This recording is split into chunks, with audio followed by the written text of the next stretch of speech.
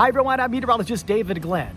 Over this past weekend, it was National Open Your Pool Day. And while many of you did just that, it's good to have to remind you that before we get ready for all those long summer days of cooling off with our friends and family poolside, I want to remind you about the harmful rays of long-term exposure to the sun and the importance of sunscreen. Well, let's talk about sunscreen to begin with, because definitely you want to put this on before you go outside and enjoy your pool day. And if you have any sunscreen from last season, well, make sure it hasn't expired.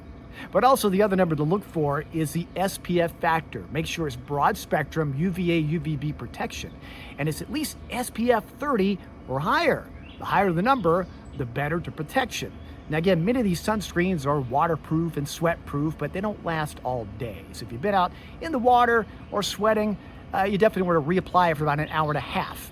And also, sunscreen does have its limits. Again, it just kind of filters the sun. You need to take some time away from the sun. Shield yourself from it. A poolside umbrella is a great way to do that.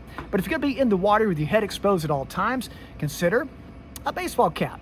It could do a great way of shielding your nose and your face from the sun, but also a wider rim hat is a better protection method, thereby protecting both the front of your face, but also parts of your shoulders and definitely your neck. Now, aside from that type of shade, let's talk about these types of shades. You need to protect your eyes at all times. And regardless of your favorite designer or the price you want to spend on sunglasses or style, keep in mind the most important thing is making sure that it has UVA and UVB protection. Oftentimes in the lenses or the stem, it'll say UVA, UVB, or UV400. And make sure you have these on basically at all times, limiting the exposure to the sun.